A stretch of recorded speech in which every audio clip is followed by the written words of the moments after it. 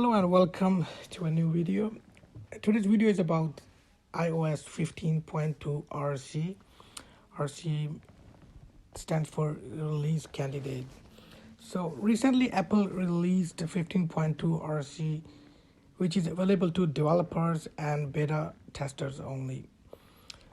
So anytime you go from beta to a public version, you are going to have to reinstall the entire OS, and it's pretty big install. It's around 5 GB depending on the phone, which phone you're downloading at, and 5.27 on iPhone 13 or 13 Pro.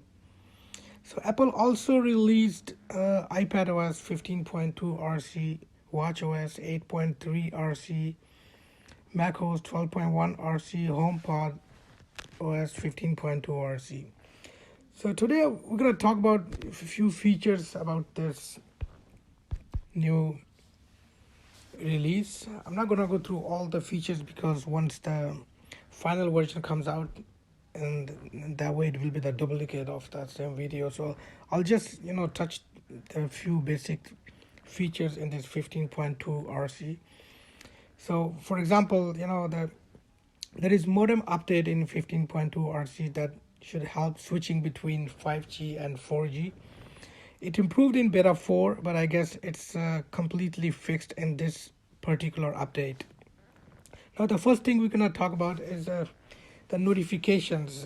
If you will notice in 15.2, as you can see on the screen, the drop down menu and the much more organized. When you click, like right now they're overlapping on each other, so once you tap on it you can see all the messages separately, and there's a drop down menu, which is a new feature in 15.2 RC.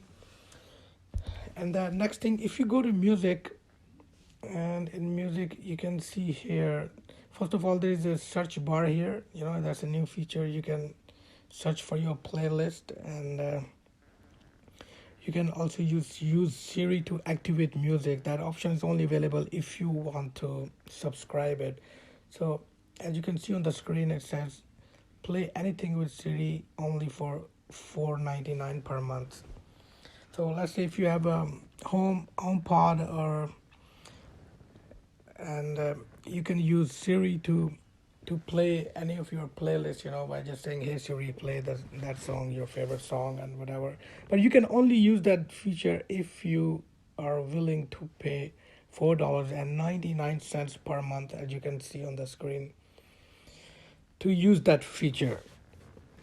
Now the next feature we'll talk about is app privacy report. So if you go to settings and then you go to privacy and scroll all the way down to app privacy report. So as you can see here, you can see all the details. It's a new feature in all the 15. In older version this was not available, but in this version you can see like all the website you went to and all the privacy report for each and every app on this page, rather than before it was a bit complicated to go into the setting and to do all that. But this one is in 15.2, Apple has made it much easier.